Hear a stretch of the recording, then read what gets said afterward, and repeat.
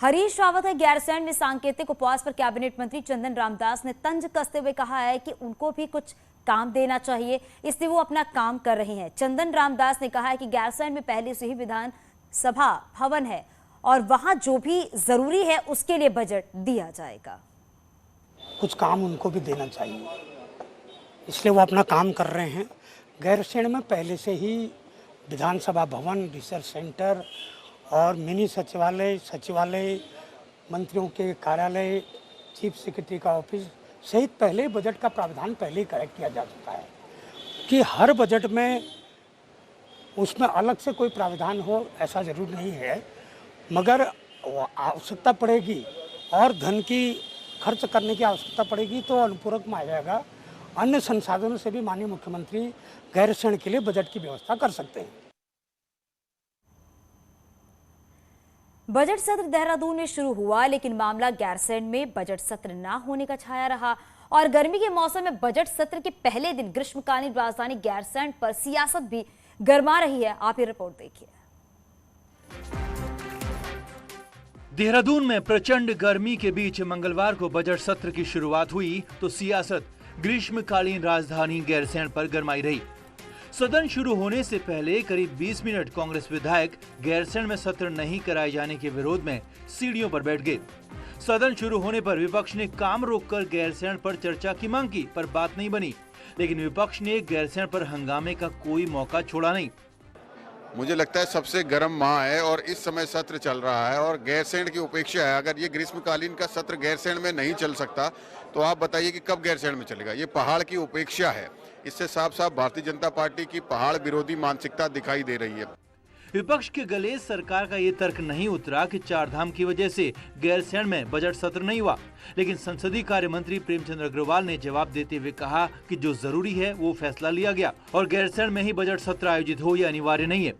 और जिस प्रकार से इन्होंने एक विषय उठाया कि हर बजट सत्र को हम वहाँ पे करेंगे, ऐसा कोई कहीं निर्णय हमारे सदन के या विधानसभा के दरबार नहीं हुआ है, लेकिन उसके बावजूद हमने वहाँ सत्र किया है। उसके बाद भी जब हमने ग्रीष्मकालीन राजनीति घोषित की उसके बाद भी हमने सत्र किया है।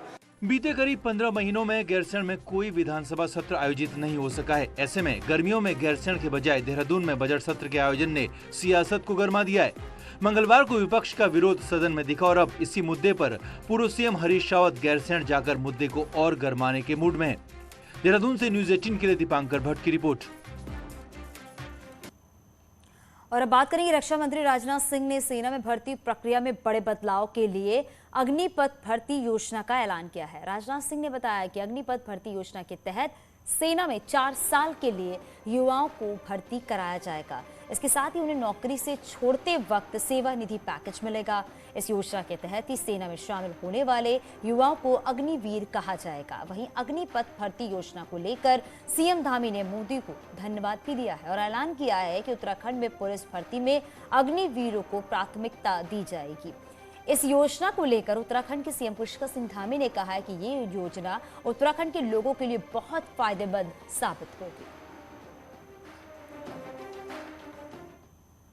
उत्तराखंड सरकार क्योंकि ऐसे अग्निवीर जो भी होंगे उन अग्निवीरों को अपने यहाँ जो हमारे यहाँ पर पुलिस की भर्ती होगी उस पुलिस की भर्ती में हम प्राथमिकता से उन जवानों को अपने यहाँ पर अवसर देंगे और उनको प्राथमिकता से सेवा उनकी यहाँ पर भी शुरू हो, उसके लिए भी हम लोग काम करेंगे।